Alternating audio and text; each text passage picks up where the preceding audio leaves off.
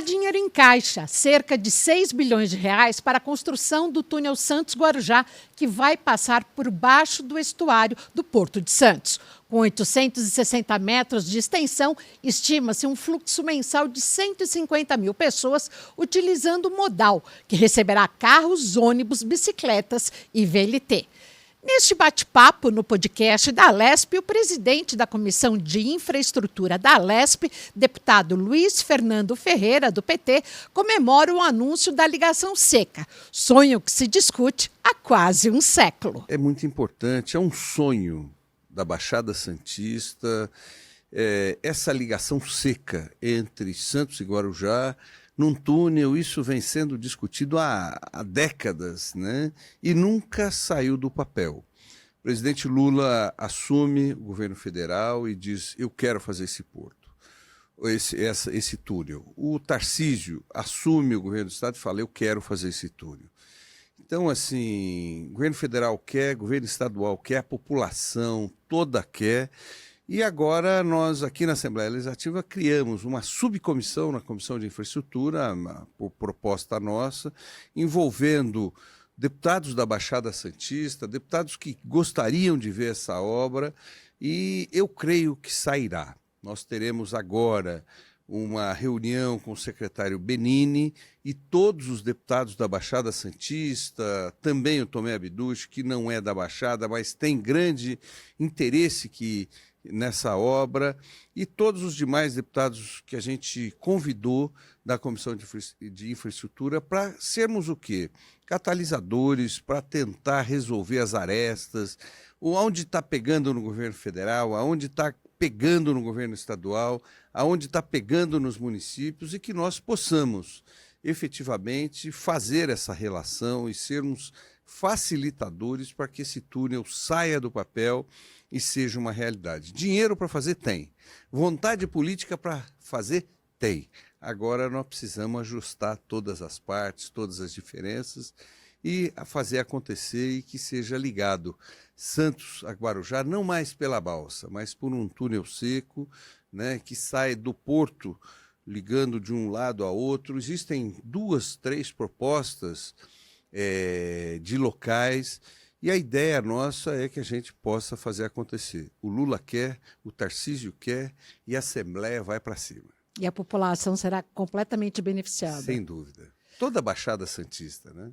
No caso, quando o engenheiro civil fala de uma obra desse porte, fala com um grande sorriso no rosto de uma obra de arte. Sem dúvida. Como seria esse túnel? Como seria essa obra de arte? A ideia é que tem o primeiro projeto, existe um projeto que é o projeto que eu conheço, e a gente vem chamar essa reunião com o Benini, com o secretário de Estado de Parcerias, o Benini, para conhecer, entender o que o governo estadual quer. Na sequência, sentaremos com a autoridade portuária para entender o que eles pensam, e na sequência estamos indo para Brasília. Qual é a ideia? Inicial é sair com um túnel que passa embaixo do canal do porto, ou seja, aquela área onde os navios entram, né? É um canal que liga, que divide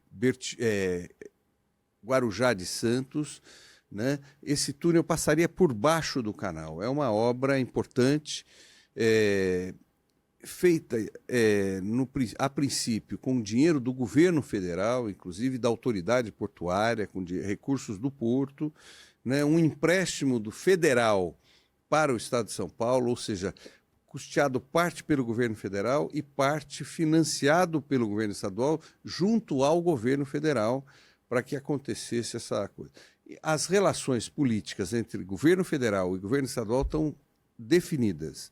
Agora é a questão de operacionalizar e fazer isso acontecer. Recursos para fazer tem, né? Então é um túnel embaixo do canal ligando Santos ao Guarujá. 3 pistas e mais acostamento de cada lado? Olha, nós vamos conhecer definitivamente a proposta do governo do estado. Parece-nos a priori que existem divergências em relação à proposta da autoridade portuária, e nós vamos ter que chegar num denominador comum entre as duas partes para podermos fazer acontecer. eu vou poder te dizer certinho as definições depois de conhecer Então, essas o são as projeto. diretrizes de trabalho para 2024. A gente já inicia em 2023 com uma reunião entre o governo do Estado de São Paulo e essa subcomissão da Assembleia.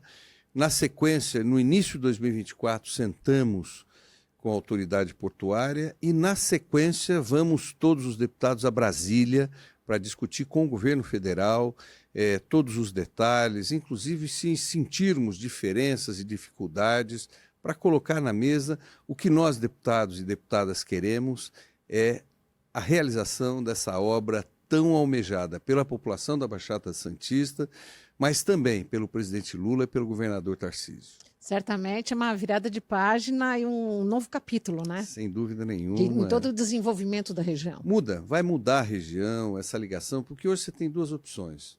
Ou você dá volta pela estrada, e são 40 e poucos quilômetros, ou você tem uma ligação por balsa com todas as complicações, filas e dificuldades. Agora não, em 2 minutos você passa de um lugar para o outro, muda a realidade tanto de Santos como Guarujá. Esse túnel serviria para escoar também mercadorias do porto ou não? Também, né? Até porque tem uma coisa muito interessante, você tem o Porto de Santos, mas parte do Porto de Santos está no Guarujá. Então você leva a mercadoria para lá para ser embarcado por lá, você recepciona a mercadoria de lá e traz para cá.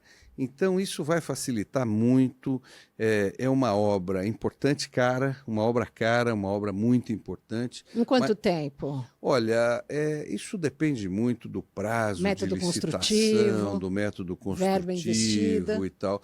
A verba investida é a única coisa que está segurada. Existe recurso para fazer. E o recurso, quem está destinando 100% é o governo federal. Qual montante? Olha, falam algo em torno de 8 milhões. Nós precisamos ver. Eu vou precisar entender o projeto para poder trazer esses detalhes para vocês. Então, por favor, o senhor já está convidado para, quando tiver todos esses detalhes, trazer aqui e contar para todos os nossos ouvintes e telespectadores. Combinado. Qual o balanço que o senhor faz de 2023 dessa sua vida parlamentar aqui na casa? Olha, 2023 foi um momento novo para nós na Assembleia Legislativa, porque encerra um ciclo.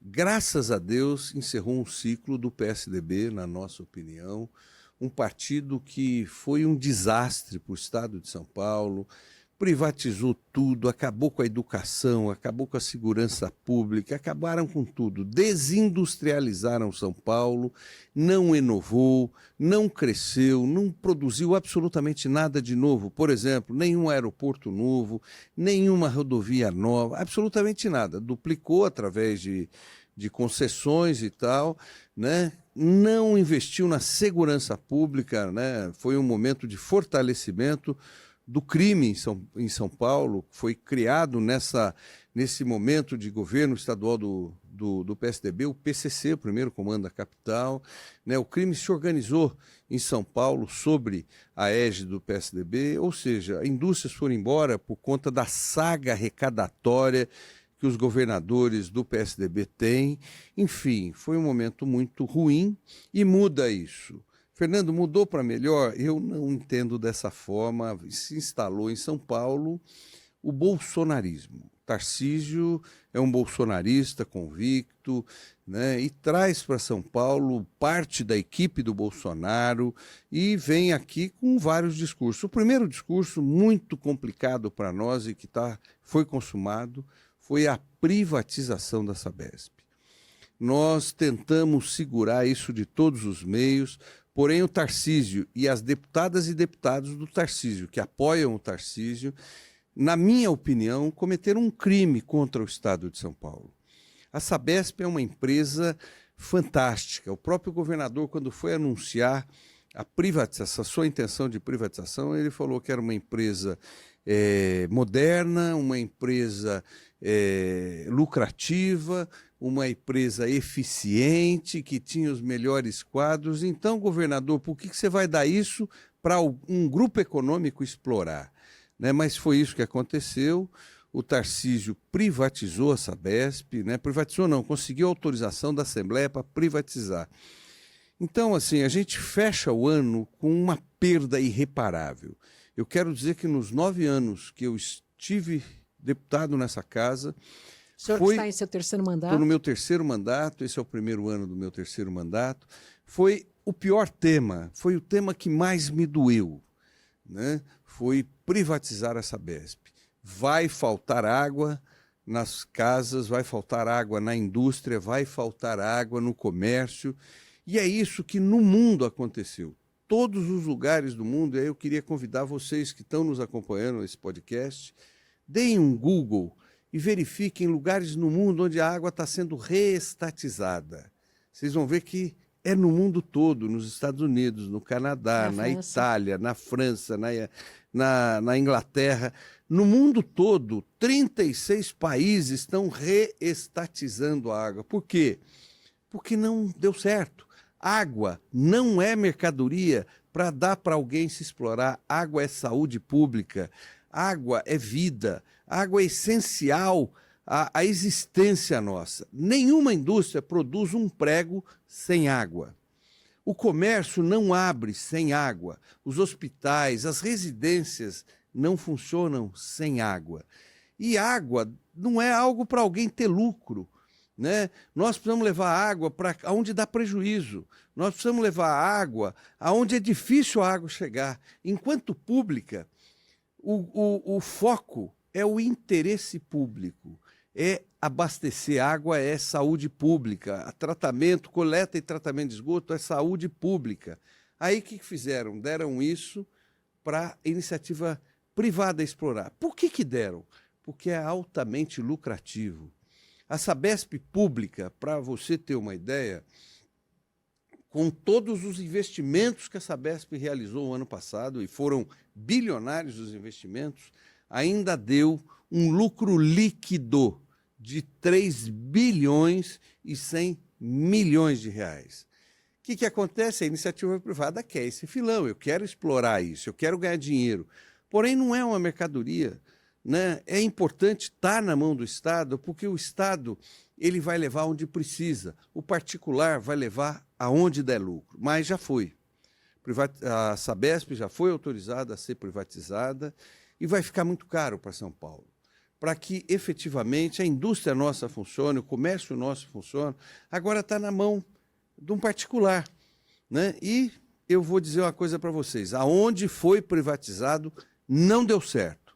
O que daria aqui em São Paulo? Deputado, rapidamente eu queria falar dos seus projetos aprovados e sancionados esse ano, que assegurou o direito às mulheres de ter um acompanhamento numa clínica pública ou privada, a questão do programa Saúde da Mulher Paulista, que dá assistência de saúde integral à mulher, e também a questão do Março Roxo em defesa da pessoa com epilepsia. De todos esses, o que o senhor quer dar um?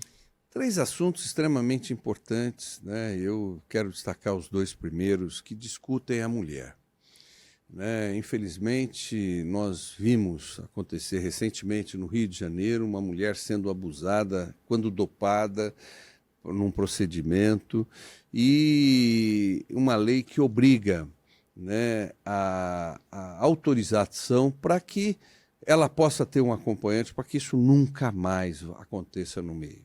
Não adianta a gente dizer, não, mas olha, agora não vai acontecer mais. Não, tem que ter o acompanhante para não permitir, né? Ficou claro o que aconteceu e quantas outras vezes mulheres foram abusadas, né, nas clínicas, quando precisaram passar por procedimentos, inseminação. Nós temos um médico muito famoso que trabalhava com inseminação, que foi condenado, enfim. Basta, chega. A mulher não é um objeto, a mulher é um ser humano muito importante, né? Mais importante que nós homens, e ela exige respeito, e essa casa pregou isso ao aprovar essa lei e o governador sancionar. Segundo, a questão do cuidado da saúde da mulher, né? Isso vem sendo, o Estado vem prevaricando, municípios e Estado prevaricando muito no não proporcionar. Hoje nós temos muitas mulheres morrendo de câncer de mama, né? Por falta de câncer no útero e outros tantos. Nós precisamos avançar. Os 2 projetos pensam nesse sentido. E, por último, né, a questão da epilepsia. A epilepsia, eu coordeno uma frente parlamentar em defesa do direito das pessoas com epilepsia. Eu estive em Brasília com o ministro Luiz Marinho, juntamente com a Maria Alice, que é presidente da Associação Brasileira de Epilepsia, discutindo, né? Uma pessoa que tem epilepsia grave, ela está impossibilitada de trabalhar. Imagina uma pessoa trabalhando e que tem crises epiléticas, né? Crises convulsivas. Né? Essa pessoa ela é inválida para muitos serviços e, ao mesmo tempo, ela não é considerada como deficiente e, portanto, não entra na cota de deficientes. Recentemente, a gente teve uma professora demitida aqui em São Paulo, né? Exato. Por ter crises e não ter como justificar e falaram que as faltas eram infindáveis. Exato. E aí, como é que uma pessoa com epilepsia vai dirigir? Né? E aí, ela precisa... Mas só que essa pessoa ela não pode ser tratada como uma pessoa sem importância alguma. Nós precisamos trabalhar o direito dessas pessoas. E a lógica foi... Olha que interessante, a nossa Polícia Militar, que é uma grande corporação, ela não está preparada para enfrentar a epilepsia, a nossa rede de educação não está preparada, então é momento de se parar e pensar na epilepsia, ela está na nossa família, está no meio de nós. E seguimos por aqui no podcast da Alesp abordando temas como transporte, urbanismo e qualidade de vida. Para o deputado Maurici do PT, o governador Tarcísio de Freitas age para tirar a credibilidade do Legislativo ao vetar sequencialmente PLs aprovados pelo plenário. Poucos são sancionados.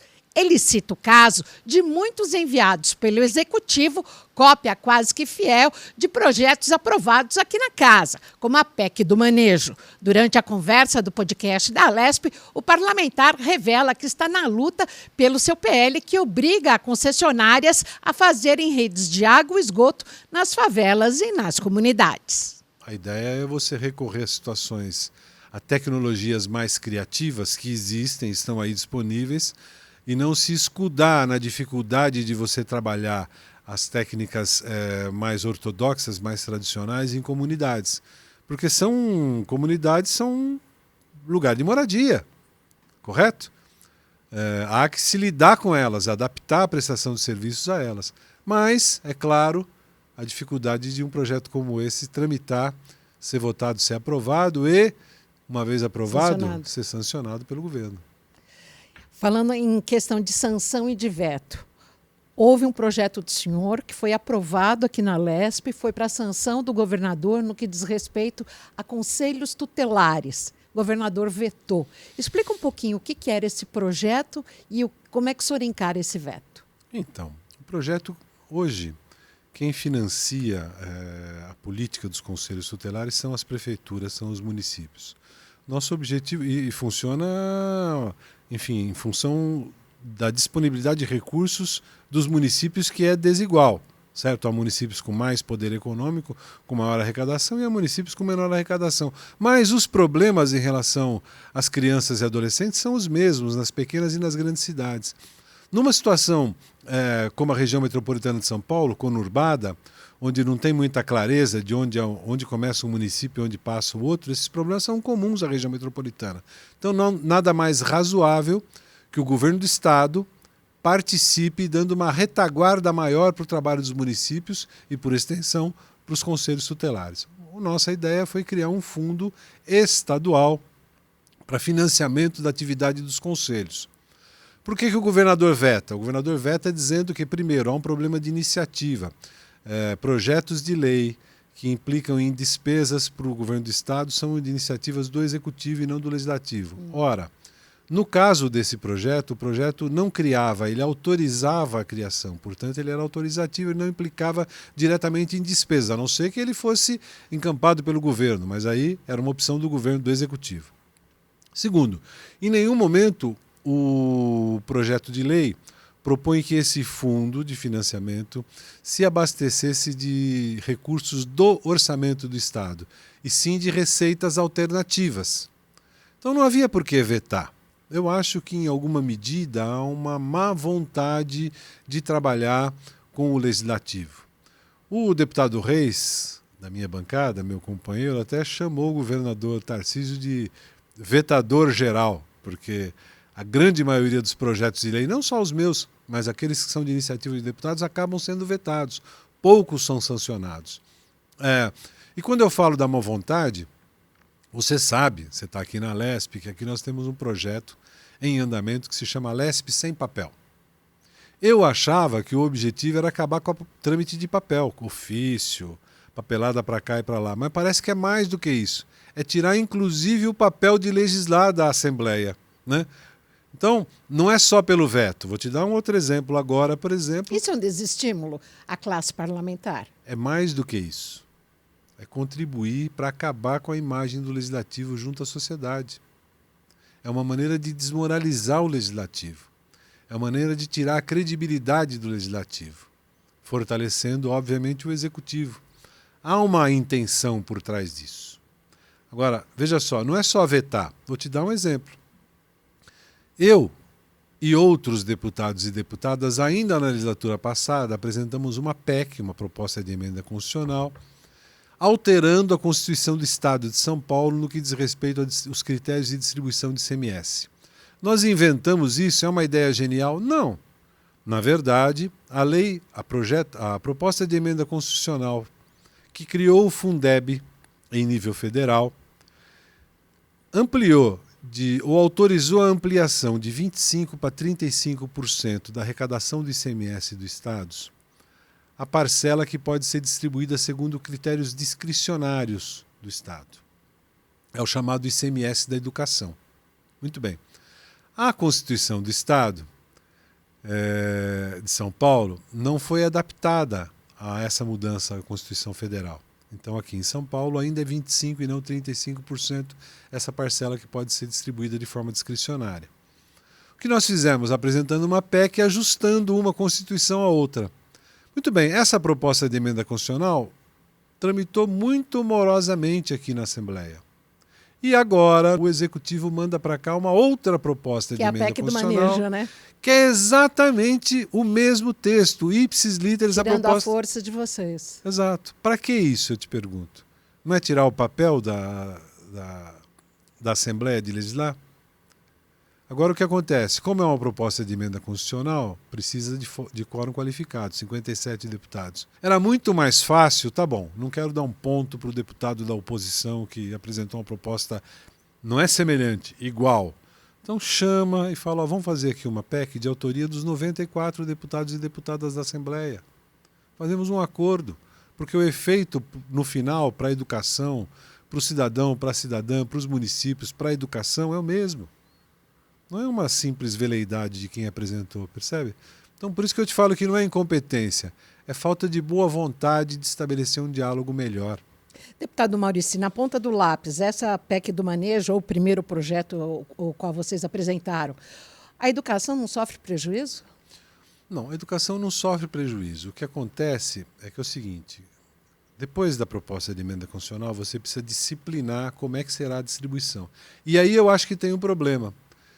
O problema que tem é que o governo estabelece critérios segundo o atual estágio de serviços de educação nos municípios. Então, os municípios mais ricos, que, portanto, prestam um serviço melhor de educação fundamental, em especial para os seus munícipes, acabam recebendo mais recursos do que aqueles que têm uma arrecadação menor e que, portanto, prestam menos serviços. Agora, nós não estamos confundindo, não, né? Nós não estamos confundindo não. Isso. Não.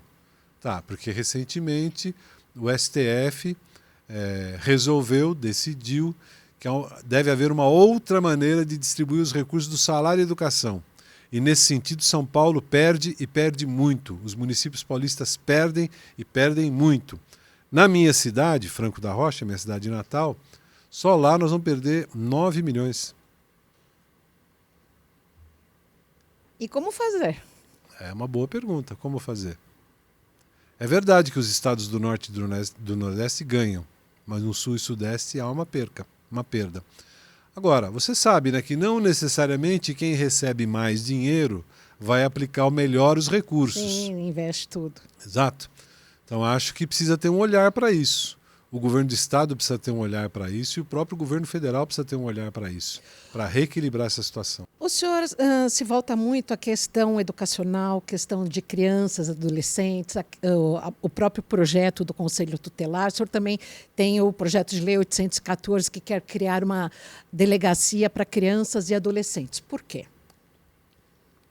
uma delegacia especializada.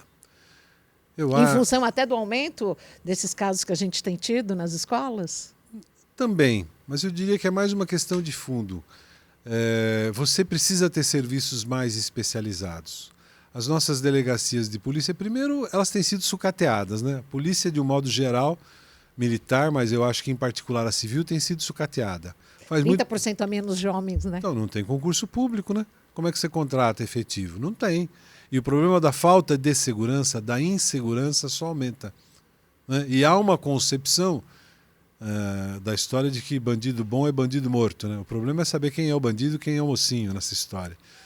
Então, a lógica da delegacia especializada na criança e no adolescente é a mesma lógica da delegacia da mulher. É você ter um trato especial para um segmento da população que tem necessidades especiais hoje. Então, essa é a ideia desse projeto a que você se referiu. E como que está a tramitação desse projeto? Então, você sabe... Projeto 814.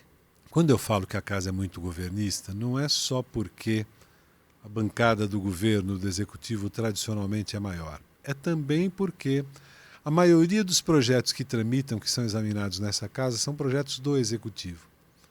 Projetos de deputados e deputadas, uma pequena parte só tramita de verdade. Por isso é que há um acordo, uma lei tácita colocada aqui, que cada deputado e deputada tem o direito de ver dois de seus projetos em cada ano serem aprovados no Congresso de Comissões e irem a plenário para voto. Se serão aprovados ou não é uma outra história.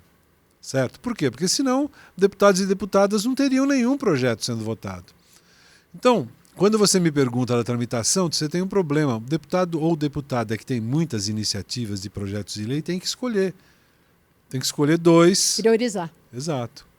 O Conselho Tutelar foi um. Foi um. O outro que nós estamos priorizando é o da criação do Sistema Estadual de Cultura.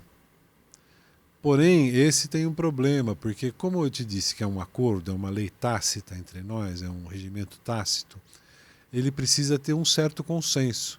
E nesse caso desse projeto, algumas das bancadas da Assembleia têm uma dificuldade em concordar que ele passe no Congresso de Comissões. Então eu tenho que trabalhar um pouco melhor isso, conversar com essas bancadas, explicar que primeiro é um projeto autorizativo, segundo, ele não propõe despesas, ele só propõe uma organização de conferências e conselhos municipais, junto com o Conselho Estadual, um sistema de como é que você faz a gestão da cultura no estado de São Paulo.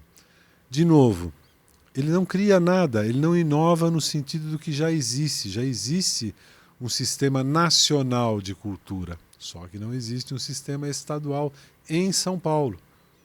Então nós não estamos criando, não é um professor Pardal, né, eu diria, na nossa geração, minha geração, que tinha lá o personagem que inventava coisas do claro. nada. Você não, você é muito que jovenzinha. é isso. Então não é um professor Pardal, nós estamos tentando dar uma organização a essa questão do debate da cultura, do financiamento aos fazedores de cultura, artistas e fazedores de cultura no Estado. E principalmente criando uma lógica para que esse recurso chegue aos municípios, a todos eles. O senhor está falando dessa questão da cultura. Como é que o senhor vê esses eventos que são realizados? Não sei se o Estado tem, mas aqui na capital, que são esses finais de semana, que são da cultura, isso tem uma... consegue-se atingir a finalidade? Porque recursos são investidos. Então, entretenimento é uma parte importante da cultura, mas não pode ser só isso, correto? Cultura de um povo é muito mais do que isso. A virada cultural. Não, é bacana, é muito bacana. Você dá oportunidade para artistas, você dá oportunidade para quem lida nesse mercado. E para a população. E lazer, entretenimento para a população. Agora, não pode ser isso. Precisa trabalhar com aquele artista, com aqueles artistas que fazem dança num município pequeno no interior de São Paulo. Precisa trabalhar com quem lida com escultura, com artes plásticas, com música, com teatro, com cinema, Ampliar com fotografia. Claro, estimular essa produção cultural. Sabe que no começo dos anos 2000, eu tive a oportunidade de ficar 5 horas e meia em pé, ouvindo um discurso do comandante Fidel Castro em Havana, famoso pelos seus longos discursos. E naquela noite que varou pela madrugada, ouvindo assim de perto, como estou vendo o nosso amigo câmera ali, num certo momento ele dizia assim: eu tenho orgulho de que nós possamos ter aqui em Havana, em cada esquina, alguém tocando uma música, alguém fazendo uma dança, alguém produzindo alguma pintura, alguma arte qualquer, porque isso é uma maneira de fortalecer a cultura do povo e de oferecer às pessoas, no seu dia a dia, a oportunidade de um contato direto com quem produz arte. Então eu acho que isso é uma coisa que nós precisamos estimular no Brasil. A produção artística, cada um tem um dom, e a cultura é a alma de um povo. A cultura é fundamental para você amalgamar uma nação. E o Brasil, o povo brasileiro é muito isso, a nação brasileira é muito isso. Ela é jovem, ela tem 500 anos, não é isso? Ela ainda está sendo um processo em construção, ainda todo o povo. Uma riqueza grande que não é valorizada. Precisava ser mais valorizada e mais estimulada. E daí, então, a importância desse seu projeto. É um grãozinho de areia nessa história, é uma contribuição pequena, mas acho que boa, para que isso possa ser aprimorado. Na sua primeira visita aqui ao podcast da Lesp, eu perguntei o que o senhor esperava aí da quebra da dinastia do PSDB. O que mudou de lá para cá? Então, você sabe que eu ainda não sei avaliar, mas eu estou muito preocupado. Eu acho que nós estamos com um governo com menos respeito, eu diria, pelo legislativo, com menos respeito pela sociedade. Voltando ao que o senhor falou no começo. Exato. Eu acho que é um governo que tem uma agenda, é uma agenda que tem compromissos dele, eu não posso reclamar, porque a população votou nele, ele foi eleito para cumprir essa agenda que ele tem, mas acho que precisa ter mais cautela. Você se lembra daquele desenho animado Rei Leão? Lembro. Então, tem um momento que o pai lá do leão, o Mufasa, é isso? Ele está sentado assim, debruçado no alto de uma montanha com o Simba e está dizendo: olha, o reino vai daqui até lá, tal, tal, tal.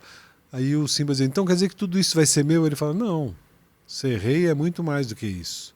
Não é ser dono, mas é zelar pelo equilíbrio. Então ser governador também é mais do que ser dono da pauta, é mais do que ser dono da agenda, de enfiar os compromissos que você foi eleito goela abaixo da sociedade e dos demais poderes e dos demais entes federados. E eu acho que aquela imagem da martelada que o governador acabou virando meme, tem cada vez mais assumindo o sentido simbólico do que é o governo, pelo menos até agora. E como o legislativo pode atuar para reverter esse caminho? Bom, é aquela história, né? Quem tem a chave de fenda aperta, quem tem a rosca geme. A Assembleia como um todo não me parece incomodada com isso. Quem está incomodada são os 26, às vezes 30, às vezes um pouco mais, deputados e deputadas que resistem a essa agenda. E eu acho que o jeito é esse, é resistir. Resistir do jeito que pode.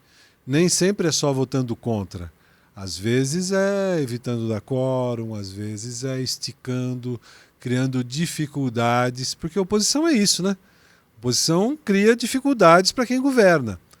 Não para aquilo que é bom, que é consenso, que é uma maioria absoluta de que seja bom para a sociedade, mas para aquilo que você considera que é ruim, você cria dificuldades. E essa é uma maneira de contribuir, às vezes a única. O podcast da Lesp fica por aqui. Até logo mais.